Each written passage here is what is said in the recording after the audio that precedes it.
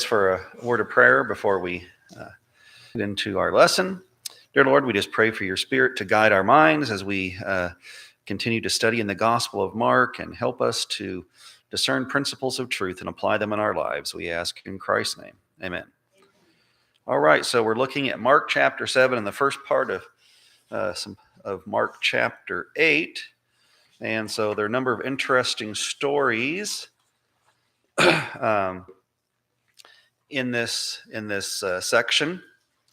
So someone has Mark 7, 1 through, I think it's 6. Okay.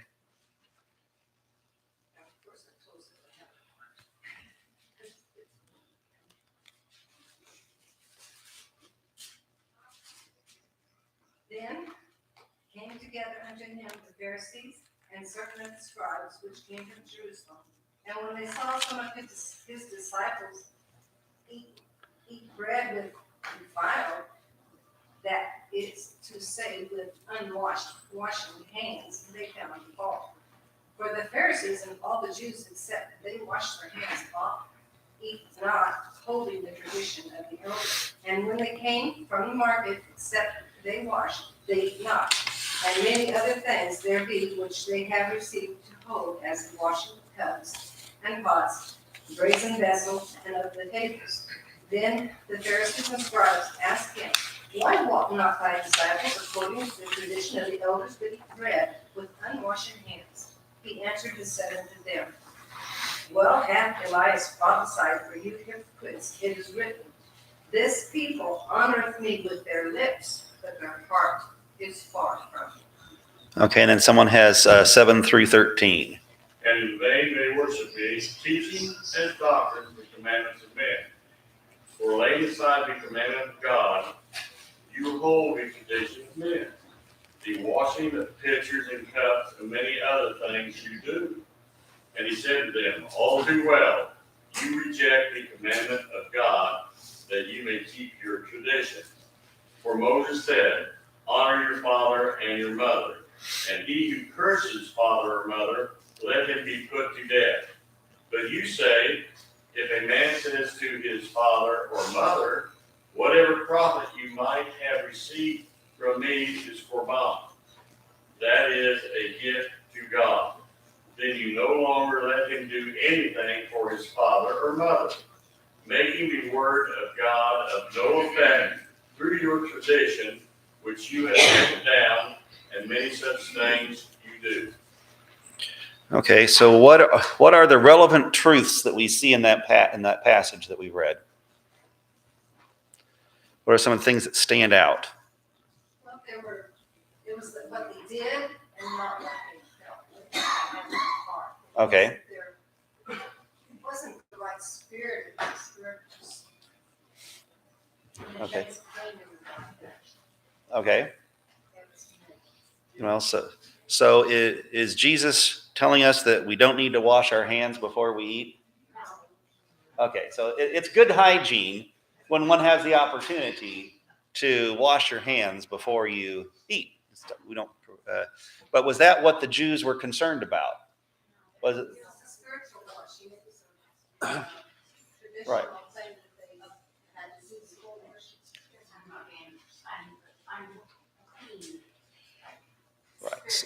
Right. So their idea was that, you touched people or things, or people have touched things and you touch the things, and somehow that's making it ritually unclean. And so it didn't have to do with washing germs off your hands, but it had to do with making you spiritually clean. And so Jesus' disciples weren't doing that. And so they're like, hey, what's up? Why don't your disciples do like everybody else does? And so how did Jesus answer them then? Let's see here. Well, he gives two parts. He quotes there about the people honor me with their lips, but their heart is far from me. So can we do what might be a good thing, but do it for a wrong reason? Absolutely. Right. So they said the right things. They said, hey, we want to honor God and stuff. And there were instructions for the priests to wash and before they did certain things. But now they'd taken that and they applied it to everybody, and including like before you eat. And so, but their hearts weren't right. And then he goes on, how does he demonstrate that? What's he talk about then? Right. So that's one of the 10 commandments, is to honor your father and your mother. They're more concerned about tradition and doctrine, and actually a way to get away from that is what they brought out to me. But got somewhat surprised me, but they just looking for a loophole, so they didn't care. Right. So they did. They could say, so they would declare Corban. It's a gift to God, but it didn't mean that they went and took it to the temple right that minute. They could continue. They could continue to benefit and use from it, and I guess maybe it went to God when they died or something. I don't know, but they didn't. It released them from having to use that money to take care of their parents' needs, and so that's a tradition. And so he says, you break God's law in order to keep your tradition there. So now at the bottom of a page on Sunday here, it says, we might have some traditions that perhaps conflict with principles of God's law. If so, what might they be? Did anyone come up with anything for that? We've seen many times that people have actually wanted to use tithe for good things, but they wanted to withhold the tithe from the church so they could do good things with the money that they felt what really needed to be done. Okay, yeah, we've seen that in different places through the years, definitely. Any other sort of traditions that we might have and follow that would conflict with something in God's instructions to us? I just think of Easter. Oh, Easter, okay. Sorry. Yeah. That's too obvious. Yeah. So, okay, well, let's go on to Monday's lesson. And, okay, someone has Mark 7:14-19. Yeah. When he had called all the multitude to himself, he said to them, hear me, everyone, and understand. There is nothing that enters a man from outside which can defile him, but the things which come out of him, those are the things that defile a man. If anyone has ears to hear, let him hear. When he had entered a house away from the crowd, his disciples asked him concerning the parable. So he said to them, are you thus without understanding also? Do you not perceive that whatever enters a man from outside cannot defile him? Because it does not enter his heart, but his stomach, and is eliminated, thus purifying all foods. Okay. So a lot of people read this. What do they think Jesus is teaching here? It's like that the laws of clean and unclean meats in the Old Testament, they're done away with. It says he's purified everything here. And so if we just took it in this one little segment all by itself, we might be able to think that that's legitimate, but it's part of a context. So what have we just been talking about right before this? That what? Traditions, and so he's saying you keep your traditions so that you don't have to follow the law of God, the laws that God has given in the Old Testament. And so it would be kind of strange for him to suddenly turn now and say you don't have to keep those laws from the Old Testament there. And so that, and his point is, and also he was been dealing with honoring people, the ideas of honor, and what was I want to say with this one? The ritual cleanliness and things. And so these are things that he's been dealing with here. And so he's talking about, eating with the whole passage starts off with talking about eating with unwashed hands. Excuse me. And so this is sort of an extension of that discussion. So he's saying, you don't contaminate yourself by eating with unwashed hands. It says, what does it say? You eat it, and where does it go? Into your stomach, it's digested, eliminated. It says it didn't go into your heart. So, and the question asked about verse 15. There is nothing that enters a man from outside that can defile him, but the things which come out of him, those are the things which defile a man. So he's going to expand on that in the next section that we read. So he says, it's not what you put in, it's what comes out of you is what defiles a person. Karen. I don't remember where the verse is, but where it talks about the foods that are offered or to idols. Paul talks about food offered to idols. Right, and that that's not going to defile someone who's following Christ, because it's not a matter of what they're doing, and it's not going to affect the person who's following Christ is not then saying, oh well, I'm bowing to that idol either. Right. And so it's along those lines. Yeah. Of course, he also did tell them that if you got a brother that's concerned about that, then don't do it on your brother's account, because you don't want to, cause a stumbling block for him to fall. Liesl? I heard another good point about not excusing all meats as being clean. It was talking about how adamant Peter still was after he had his vision about the Gentiles. Right. And So, unclean meats. If Jesus was correcting this and saying, "Oh, all meats are clean now," Peter would have been so upset about that dream that he had after Jesus died. Right. Remember that that Peter had the vision up on the rooftop, and the sheet gets let down. It's full of all kinds of creeping beasts and things, and the voice tells him, kill and eat. And it's like, I've never eaten anything like this. And then it's not until he sees the men coming and inviting him to Cornelius's house that he understands that he should call no man common or unclean, because they treated the Gentiles as unclean. You don't want to touch them because you're going to become ritually impure. But God was telling him not to do that. God wasn't telling him to, go eat a pig or whatever else was in that sheet. But people, like to look for evidence of what they want to do and say, well, see, this justifies me doing this. And so some have tried to use this passage here to do that. But when he cleanses all food, he's just saying the whole idea of ritual contamination, by not washing your hands and stuff according to the rituals and things.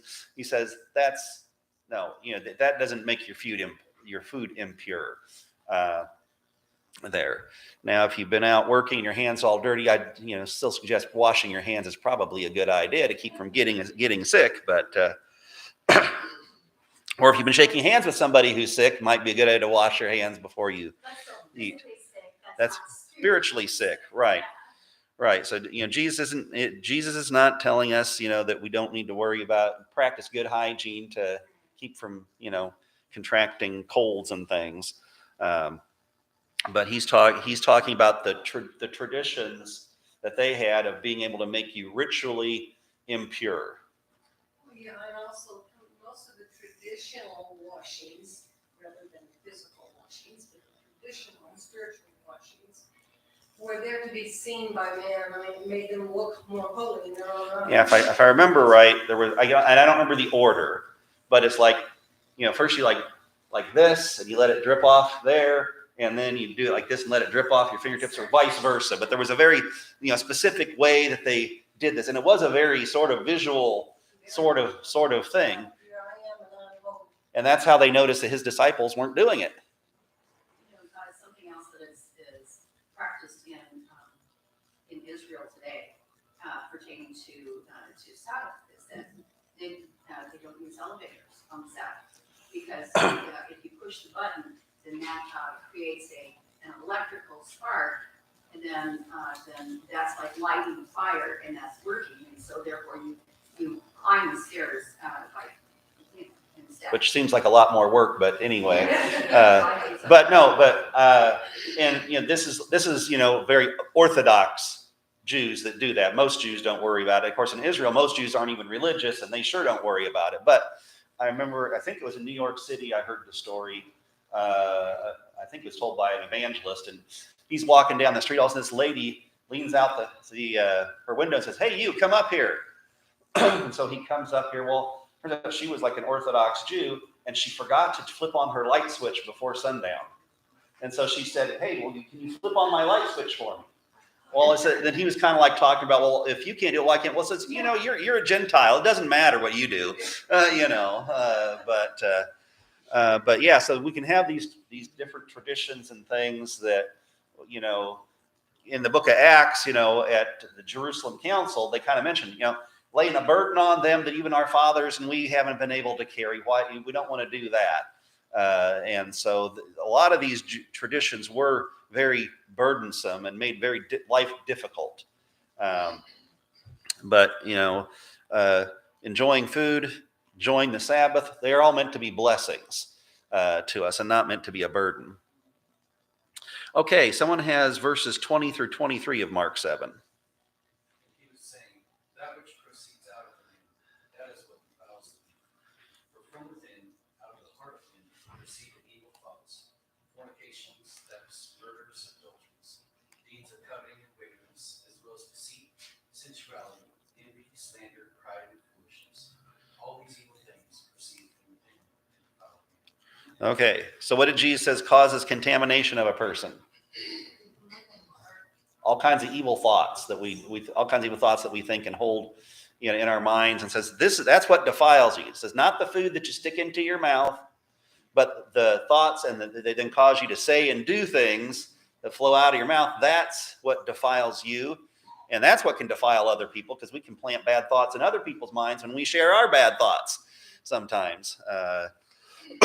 So those are the defiling things, not the again.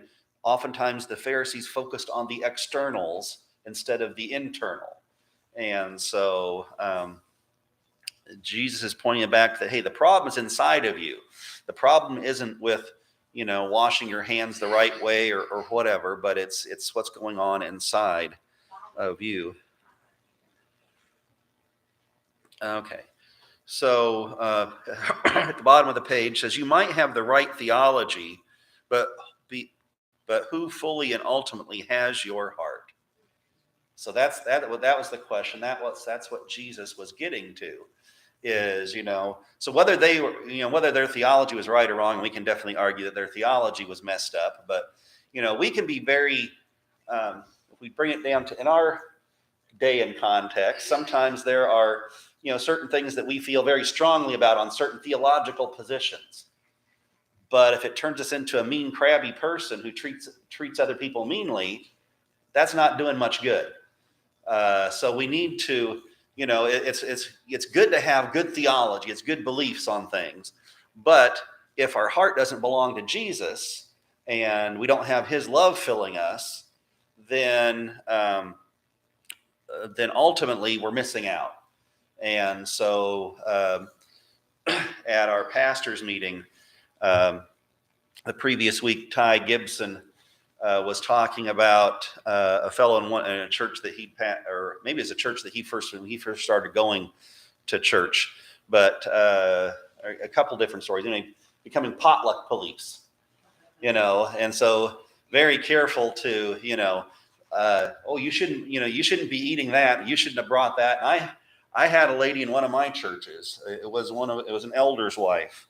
This is several districts ago, and she's passed away since then. But she would sit there and someone brought something with cheese in it to potluck, she'd kind of look, make a little snooty little thing to it, like we shouldn't have that here and stuff. And had a member that was kind of an on again, off again person anyway. And, I said something about something she brought, and she didn't come to church again for like over a month and stuff. And so, I mean, not saying that justified her, but shouldn't have been talking like that to her. And so we don't, is it, if we think about it from a health standpoint, is it probably good not to eat cheese? It's not that good. It's not that great for us. But what's more important? Is you eating cheese, or is it me, helping to draw you closer to the Lord? That's the important thing, Karen. You mentioned potluck, so going back a few churches for us, then there would be like a Tuesday evening, gathering, and we would do potluck once a month. And so then there was a separate meeting, a Tuesday evening meeting it was brought up that, well, we should start having people pay a nominal fee, $2, $5 or something, to attend the potluck. The reason why was because there were homeless people in the area. They found out that we had potlucks on Tuesday nights, so they would show up and want to eat, and these certain people didn't want to have them attend. And so I'm not always a quiet person. And so I spoke up and said, well, isn't it a better thing that we show the love of Christ to them and invite them in? And so it was voted down to charge for potluck takeaway. But, it just shows where the heart was at for certain people. Right. And so cheese. That was a Judas type attitude. Yeah. Well, we could have sold that and, put it in our collective kitty, which I happen to control, but yeah. But that kind of just exemplifies the point here. Jesus was giving originally the orders to the priests and stuff for cleanliness to illuminate the purpose of like being clean, and for them to be an example to understand like obeying his commands and his laws. But when we use it incorrectly, it isolates and it pushes people further away, and then they end up thinking like the Jews thinking, oh well, the Gentiles don't have any way to be saved anyway, so they can push the button for us. They can get these because they don't deserve salvation, right? And Right. So you're isolating so many other people and excluding it to just yourself, and that's not what God wants at all. So It's a different form of segregation, not racial. Well, sometimes, but depending on where it's at. But it's more a religious segregation. Sure. Okay. Well, let's go ahead and go to Tuesday's lesson. So someone has Mark 7 verses 24 to 30. From there he arose and went to the region of Tyre and Sidon. And he entered a house and wanted no one to know it, but he could not be hidden. For a woman whose young daughter had an unclean spirit heard about him, and she came and she fell at his feet. The woman was a Greek, a Syrophoenician by birth, and she kept asking him to cast the demon out of her daughter. But Jesus said to her, let the children be filled first, for it is not good to take the children's bread and throw it to the little dogs. And she answered and said to him, yes, Lord, yet even the little dogs under the table eat from the children's crumbs. Then he said to her, for this saying, go your way. The demon has gone out of your daughter. And when she had come to her house, she found the demon gone out and her daughter lying on the bed. Okay. Okay. So, what's the most important lesson found in this story? Faith. Okay. So, the starting thing is that we get there is that it's kind of about who you are. In other words, you're a Jew or you're a Gentile, and so Jesus kind of starts from we might say, at least it sounds like initially the common Jewish position that you're a Gentile, you don't deserve this. And often going through the lesson here, I'd never looked into the Greek of this, and I found it very interesting here, or I hadn't caught, that the children eat first, but that implies someone else can eat second. And especially it was that term that the little dogs isn't necessarily talking about their size, but it's talking about that these were house dogs as opposed to street dogs. And so these are the dogs that are in the house, can be, kind of hanging out under the table, waiting for some crumbs to drop down. And so instead of being rebuffed by Jesus, she picks up on those little kind of tidbits he puts in there for her and says, well, but even the little dogs get to eat the crumbs. And so instead of taking offense at being referred to as a heathen, a dog, there, she just took his statement and then uses it to apply her faith and say, hey, even the little dogs get to eat the crumbs. And he recognized her faith and said, you can go. The demon has departed from your daughter. And let me look here. I didn't do this. Matthew 15 is where the other version is, starting with verse 21. Canaan. Let's see. Not good. Oh, yeah. In verse 28 of Matthew 15, which is the conclusion of the Matthew's version of the story. Then the Lord answered and said to her, O woman, great is your faith. Let it be to you as you desire. And her daughter was healed from that very hour. So he comments on her faith that, and so sometimes, with faith, we don't know that we really have it unless we face some challenges. It's in the face of challenges that our faith kind of stands up and takes shape. And so Jesus challenges her. And then instead of just giving up or getting offended, she exercises faith by saying, yes, but even the little dogs get to eat the crumbs. Karen.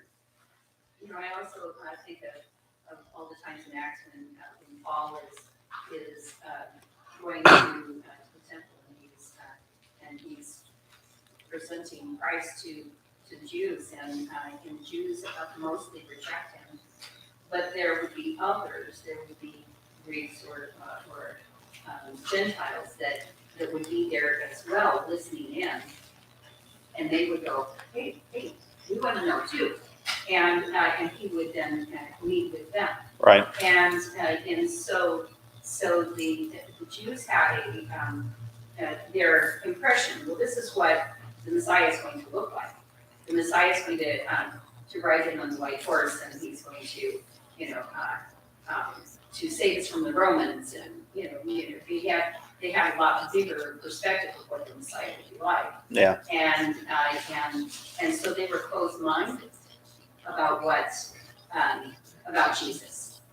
But so the others, the Gentiles, were actually open to and longing for. Right, because they didn't, Terry. I think back then, the Jewish people had a really bad habit of discriminating against the Gentiles and everyone. And part of this lesson here is Jesus is teaching them not to discriminate. Yeah. Weasel. Yeah, like, the reason, God is a God of order, and he does things in order. And the Jews were supposed to be the children that got the message, because it was their job to then spread it to the world, right? So it was their job to then teach and give it to everyone else. So that's why he went to the Jews first. And also, like, if he didn't correct their faulty thinking, they weren't going to be prepared to be able to do what they needed to do afterwards, and that's another reason why God called him to be able to reach the Gentiles. So. I think that, one of the things we need to remember is, how did the Jews, especially the Pharisees Pharisees and the Jewish leadership of Jesus' day, how'd they get where they were?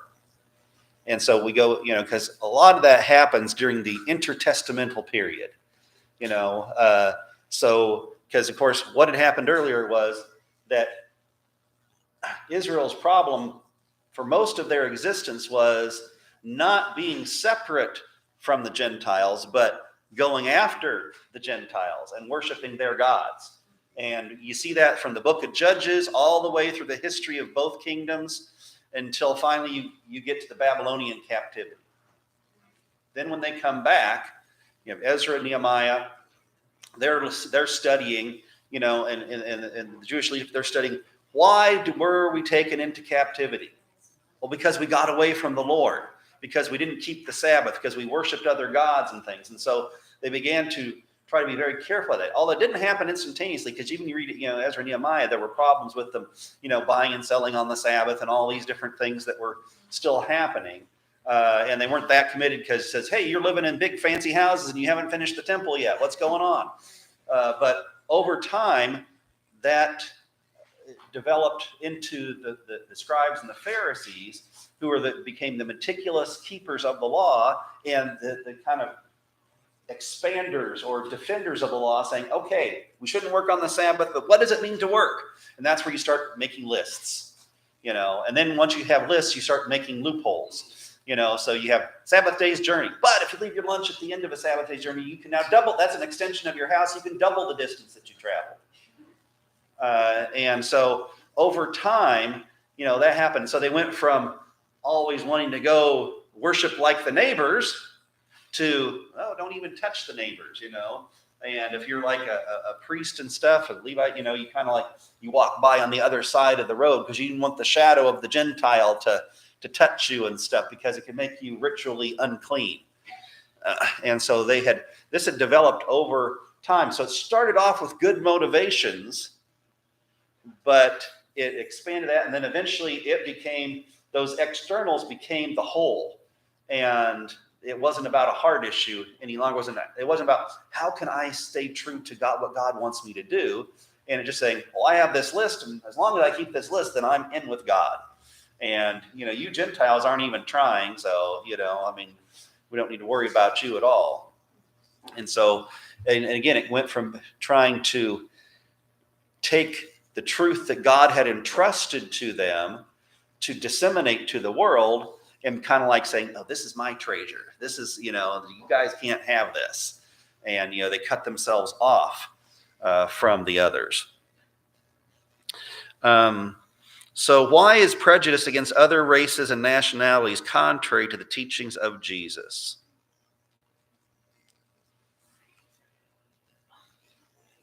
He created us all. Okay. In the book of Acts, I can't remember the verse, it says that he from one blood, Right. he's made us all. So, and that gets into a whole nother, thing with people that believe in evolution and things like that and stuff. But, sometimes we still use the term, races of, there's the black race, the white race. No, actually there's the human race. We're all human beings, and we all have the same skin color. It's just some have more of it than others. Everyone has its melanin in our skin. And so if you're white, you don't produce that much. And if you're a redheaded white, you probably don't produce hardly any at all. You sunburn very easily. I had not all redheads are that way, but I remember I had a kid I went to school with, and he had, red hair, and he had the whitest skin. And so he didn't tan, he just burned. He had almost he wasn't, of course, when you have no melanin, then you're albino. He wasn't an albino, but, just super fair skin.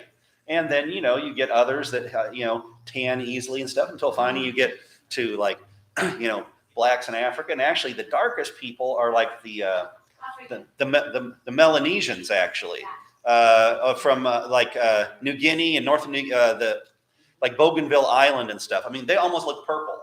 They're so black. There are some Africans, but most Africans aren't even that dark. But, so it runs from, super pale, super white skin to super dark skin and everything in between. And, but we're all human beings. We're all human race, a super dark person and a super white person, they can get married and they can have kids. So they're not like two separate races and things. And so it's important for us to understand that. And, and we see it throughout the teachings of, Jesus, even though he acknowledged some of the religious differences, like with the woman at the well, but he says the day's coming when, even though he says, even though the Jews have the truth on the true temple and stuff, the day is coming when they're not going to worship in Jerusalem. They're not going to worship there on your temple. It says, but we're going to worship in spirit and truth wherever we are. And of course, that's what the church teaches. And so it's important for us not to, because some will try to take passages in the Bible and then make applications like the mark of Cain. Of course, then if you're looking at the mark of Cain, it's like that was before the flood. And so no one would have the mark of Cain because it was just God's people that went on the ark and stuff. Of course, some don't believe in a universal flood, and there's different things, or then that's the mark of Ham. And so that God put a curse on Ham's son Canaan, and therefore that mark was black skin, and so black people are therefore inferior to white people. And so, in the South, in the pre-Civil War times, you had people using those arguments. And of course, there's some people that try to use those arguments even after that. But to try to make, and it's always your race is the superior race. And so there's a group out there they're called Black Hebrew Israelites. And they sit there and they believe that all the Bible characters were actually black. Jesus was black and Moses was black and all this. And so they'll take a few verses and then they'll look like in what Revelation where it talks about, the appearance of, Jesus and, talk about bronze and stuff, it's clearly an imagery, but they'll say, see, that's, only black skin would look like that and stuff. And so, they think they are the true Israelites and they're the true people and stuff like that. And so it goes all kinds of different ways. Not just muddying things down and making it confusing for no purpose, because if we go all the way back to Genesis, the very beginning, man and woman, he made them mankind. Like, we're all mankind. We're all one, And the one thing that's distinguished there is that we're man and woman. Right. We're male and female. Right. Not that we're black, white, red, yellow, whatever. Right. And so, Adam and Eve would have probably looked like a Mexican, East Asian, kind of a mid-brown skin tone, because when you go, because mid-brown they have both light and dark genetics. And so you can quickly diverge. And then what happens over time if, some dark people marry dark people, eventually they can lose the light genes. And so they just all, always have dark offspring. And same way can go with getting lighter and stuff. And so the genetics can go either way when you start off in a mid-brown there. But one time online, I was discussing with a guy, and I don't remember what all his issues were, but he was talking about, he said, Cain married a Chinese woman. And I was like, where do you get that? Well, because, okay, where did Cain go when he fled? The land of Nod. Okay, and what did they do in the Orient? They bow. And so this was his whole thing, of that Cain went to the east and married the land of Nod in the east, and so therefore he married a Chinese woman. And I'm kind of like, of course, that means that there were different, but they believe that, that Adam and Eve were like a special creation, but there were other human beings was his thing and stuff. And so that we aren't all necessarily descended from Adam and Eve. And so some could be subhuman or something. I don't know. But there are all kinds of strange ideas out there that different people you might run into. I met a woman the other day, blonde-headed woman, cute little child, redhead, just really redhead. And so we were talking about getting right. And she says, well, my husband's black. There's no one in my family that I know of that has red hair. So, but somehow there was this recessive gene that popped out all of a sudden. Yeah. And, there are, even though, I've seen, couples like a black man and a white lady have twins. One is very dark and one is very light. And you just never know how genes are going to play out, but yet they're clearly from the same parents. And, and so we're all part of the one people of God, one God's one creation of humanity. We're all in need of salvation, and we can all receive it through Jesus Christ. I just want to think about a family I know, when they're looking today. She's white, he's black, and their children are as blonde and blue-eyed as they can be. Yeah, All of them. because even though White and we know, in this country especially, most blacks have some white in them, just because of the history of slavery and how things went and stuff. That even though they may not show it much, but there's recessive genes, and so it can easily, come about that, if they marry a white person, that they can be very light, but you just never know. It's in my family. My grandparents on one side, blue eyes. Grandparents on both sides, blue eyes, green eyes.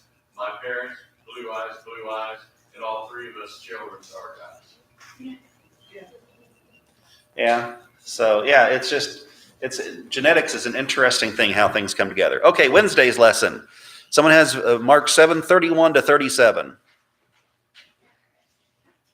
Again, departing from the region of Tyre and Sidon, he came to the midst of the region of Decapolis, to the Sea of Galilee. Then they brought to him one who was deaf and had an impediment in his speech, and they begged him to put his hand on him. And he took him aside from the multitude, and put his fingers in his ears, and he spat and touched his tongue. Then, looking up to heaven, he sighed and said to him, Ephphatha, that is, be opened. Immediately his ears were opened, and the impediment of his tongue was loosed, and he spoke plainly. Then he commanded them that they should tell no one. But the more he commanded them, the more widely they proclaimed it. And they were astonished beyond measure, saying, He has done all things well. He makes both the deaf to hear and the mute to speak. Okay. So who was brought to Jesus? He was deaf and mute, or deaf and dumb in the King James. So in other words, if you've ever, especially someone who's been deaf from birth, most of them have a very hard time speaking clearly because they have never heard someone speak, and so that's why. And some don't speak at all, and so but they're not dumb, because dumb has different meanings. Dumb means unable to speak, but now we think of dumb as unintelligent. But so mute would be is probably the more politically correct term there. So he was deaf and mute. They bring him to Jesus, and what did Jesus do for him? So he kind of like the one time that he healed the man's eyesight, where he makes the mud with his spit and dirt and stuff. He does that. That's the only two. I hadn't remembered this one. I mean, I usually think of that one where he does.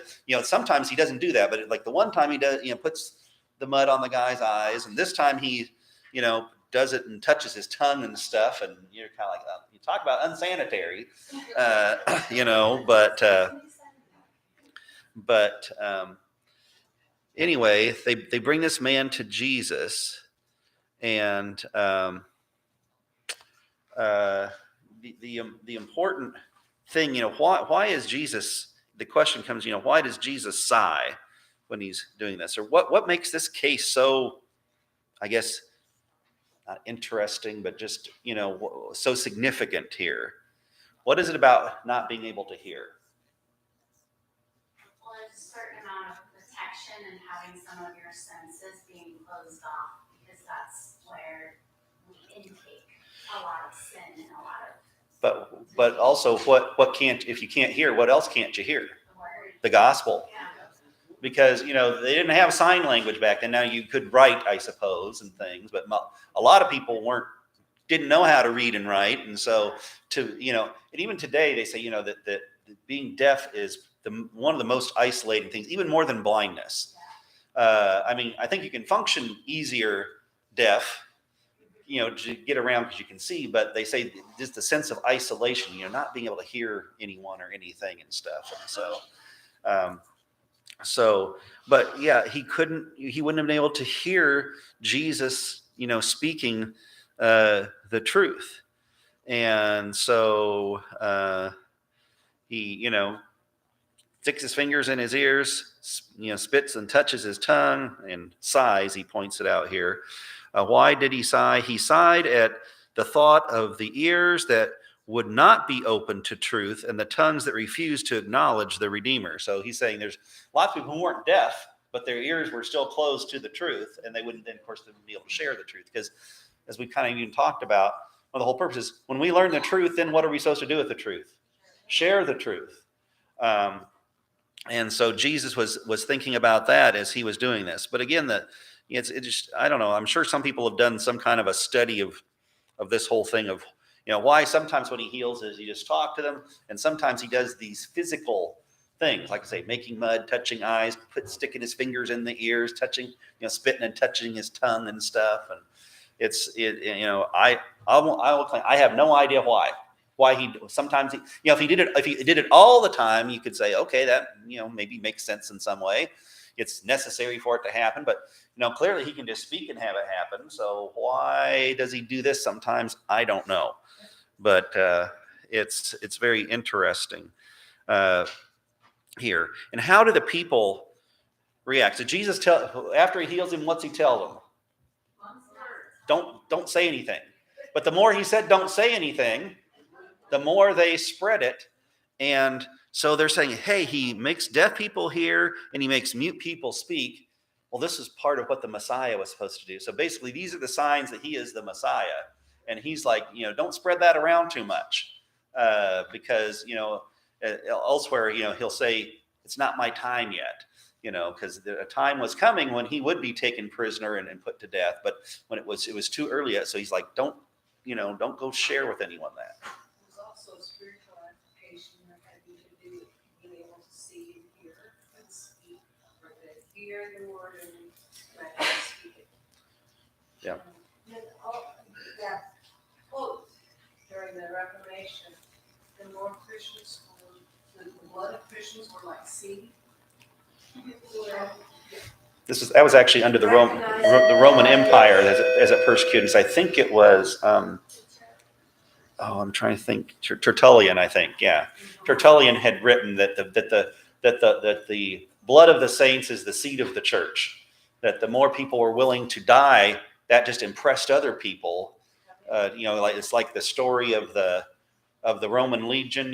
Where they're the Christians and he makes them go out on the icy lake, and they go for whatever hours, and finally one of them breaks.